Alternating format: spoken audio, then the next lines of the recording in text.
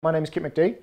I am an editor by trade and a part-time director. At the moment I am working on finishing my first feature, which is called The Hunters Club, an Australian action film that we've made for practically no money.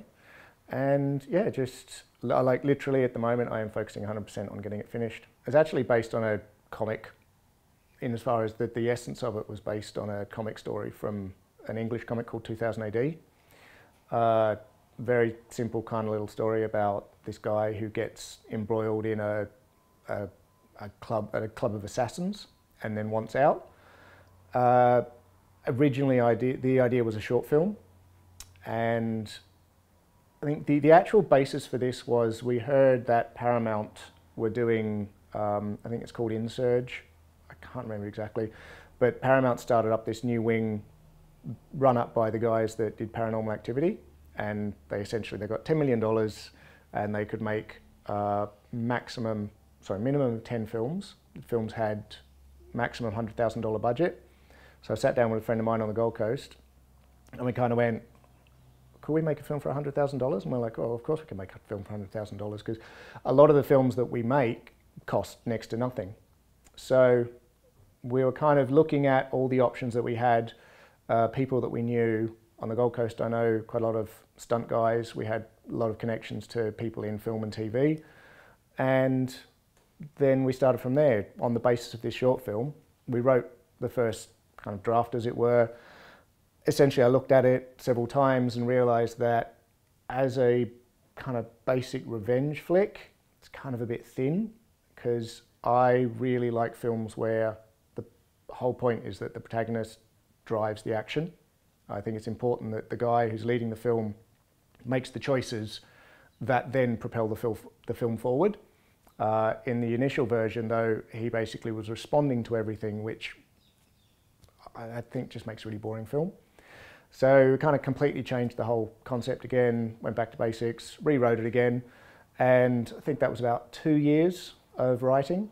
And then March 2012, I felt the script was in a good place and kind of went, all right, let's shoot it. I'd kind of been saving up for about 5 years, knowing that at some point I was going to make a feature film.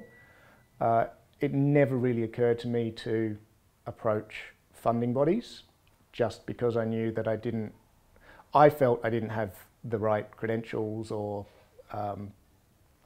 credence to actually apply for anything. And also, it kind of felt really, like a lot of things, it felt kind of difficult to work out how to do it.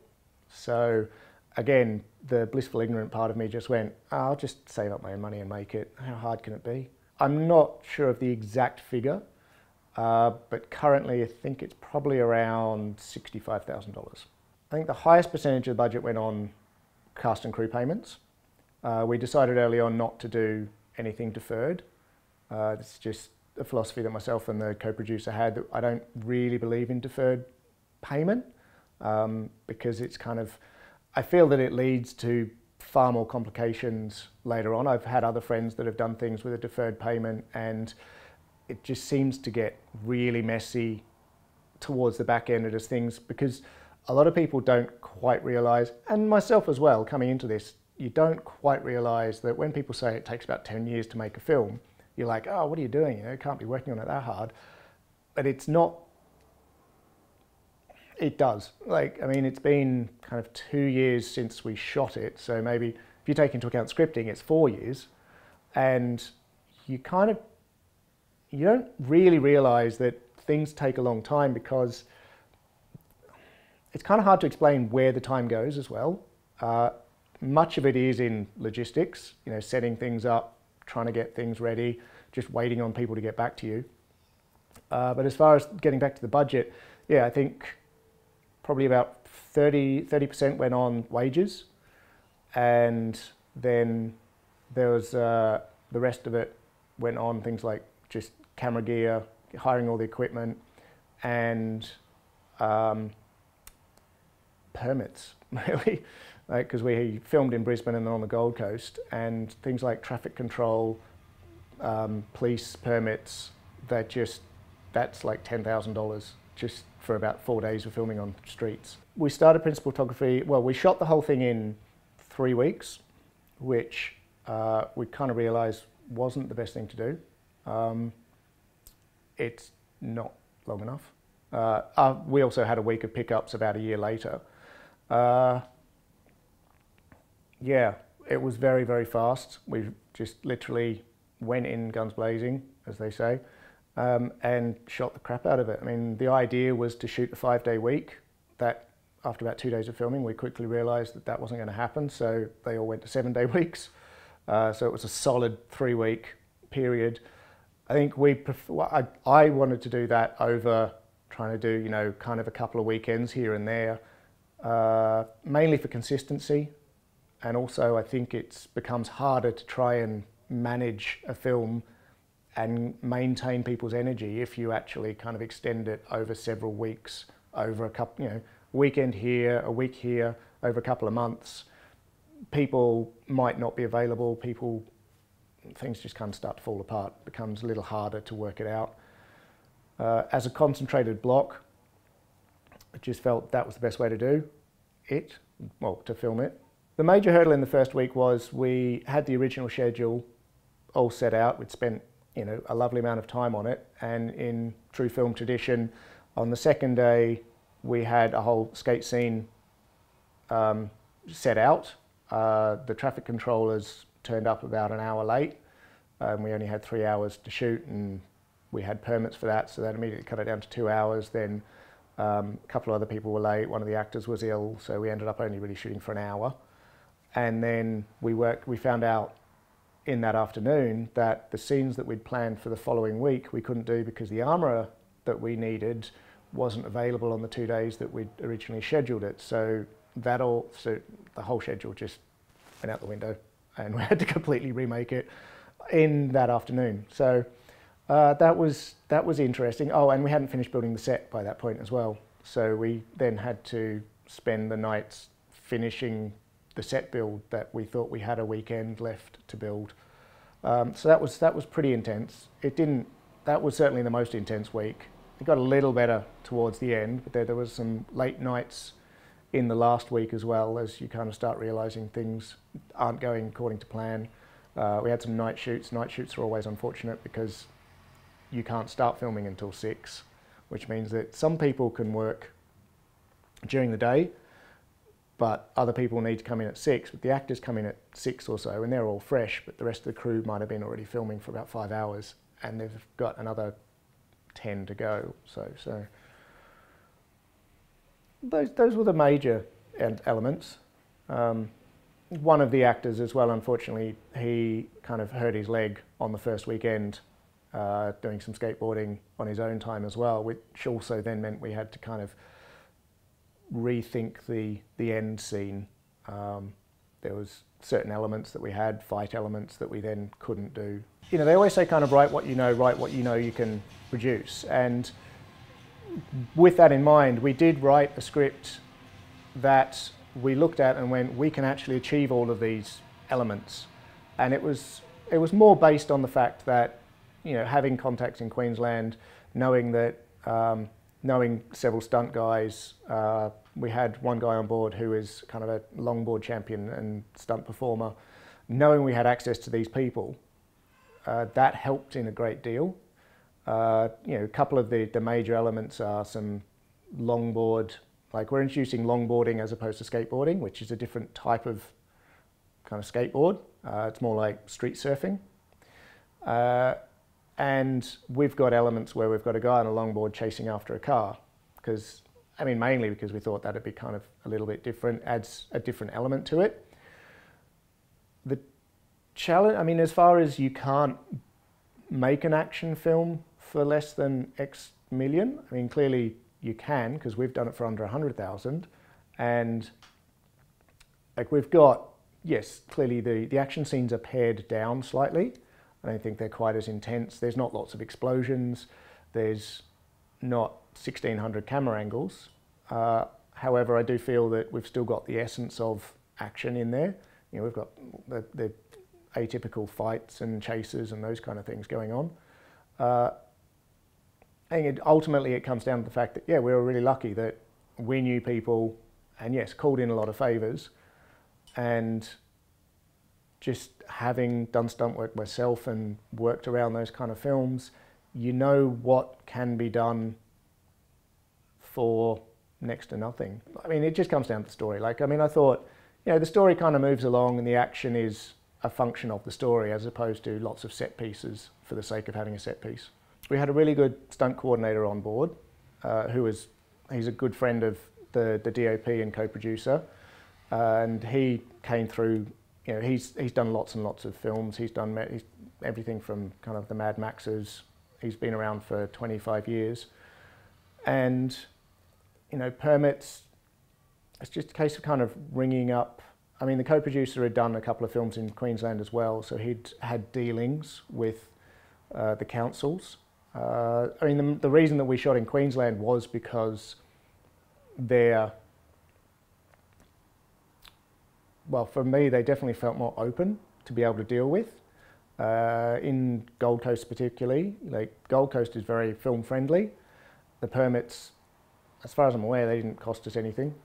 I'll probably get in trouble now because they're meant to have cost us something, but no, I don't think you don't need any particular, you don't need to pay for permits, but you need to lodge them. The major factor is just the paperwork, going through the process, and it's a government organisation, so there's 1,600 different forms that you need to fill in to say, we'd like to film on this street on Tuesday at 2 o'clock to 3 o'clock. Yeah, you have to give exact times, and it's unfortunate that that's the most laborious side of making the film, is dealing with government organisations, because they also work, you know, 9 till 3. So if you don't get it in by 3 o'clock, then it's the next day, and they'll get to it at some point.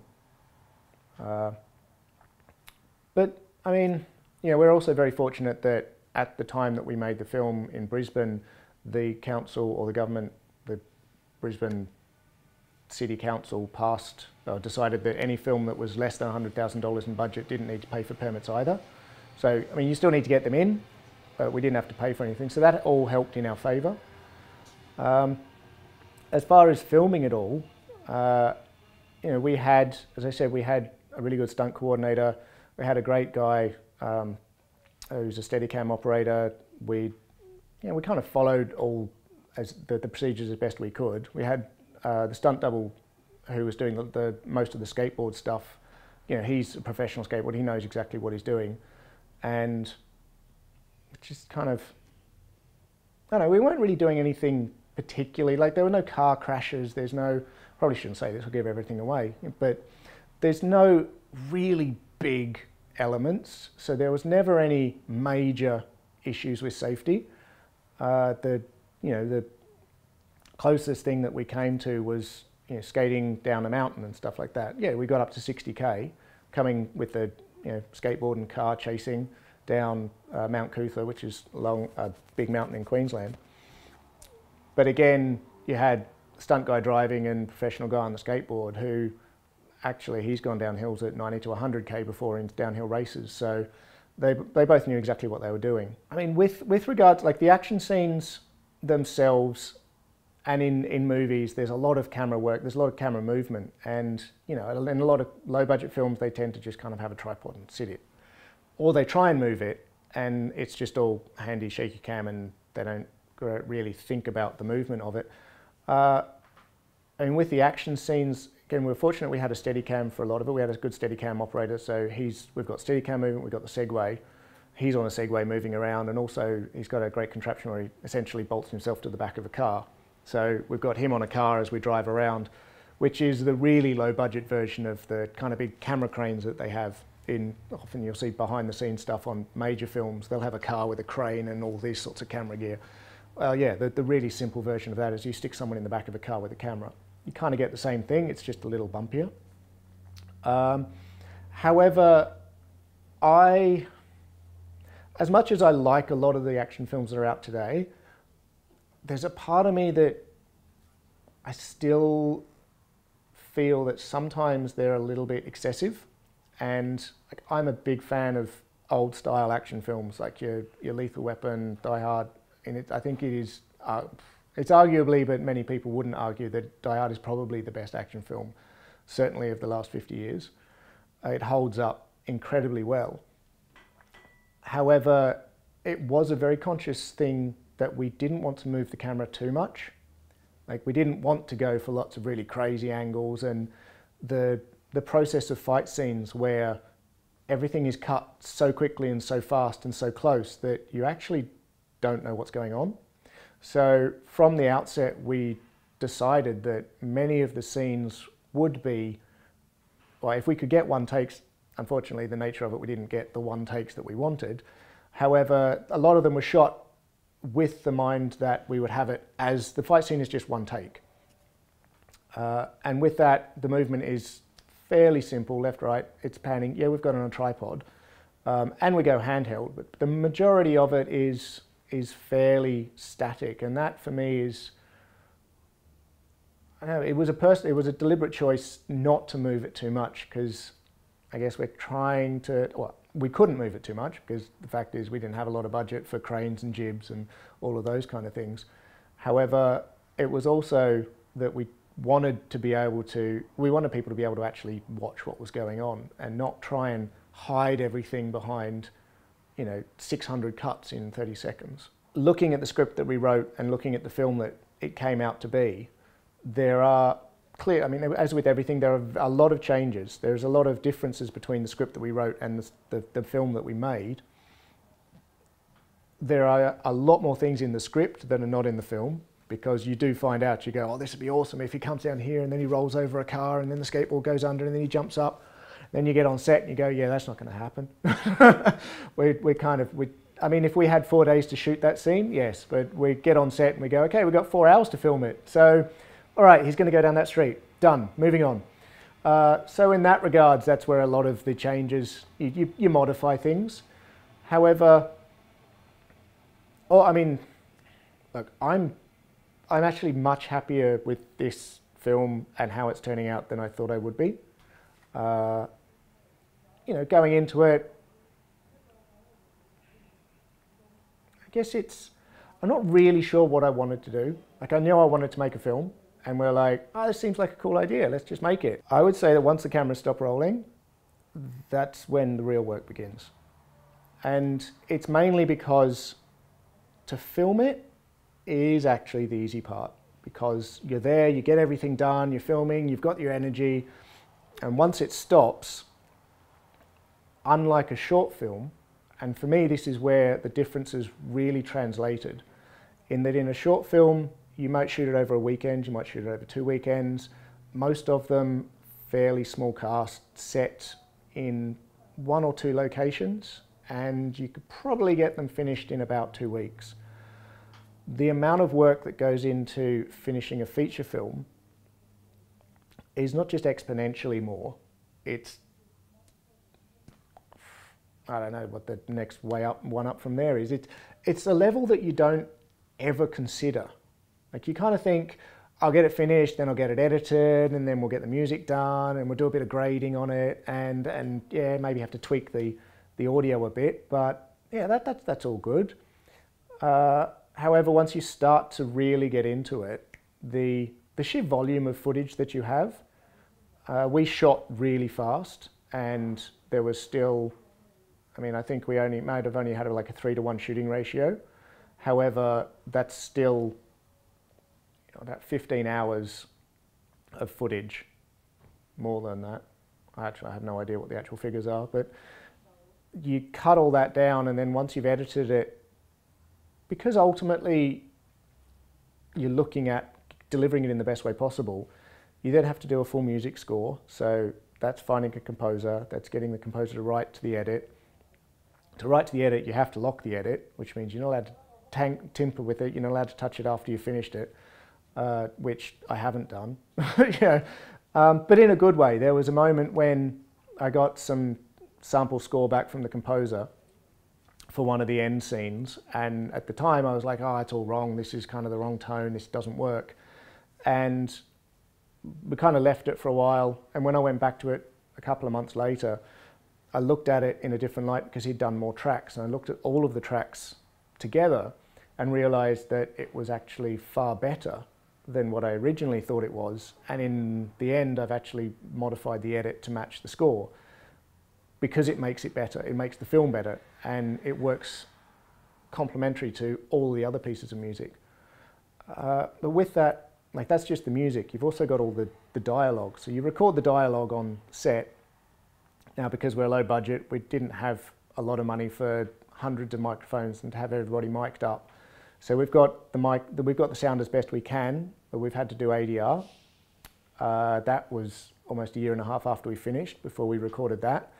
So then there's a whole process that has to go into matching the recorded voice to the voice that's on the film.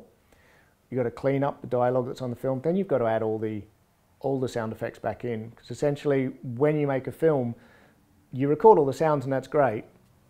But to really get to a feature film level, you essentially have to strip everything off and then put it all back again and then fake everything back on again. There's very, very little. If you want it to really read and really sell as a feature film, you need to remove all of the sound that was there to begin with and replace it all with fake sounds.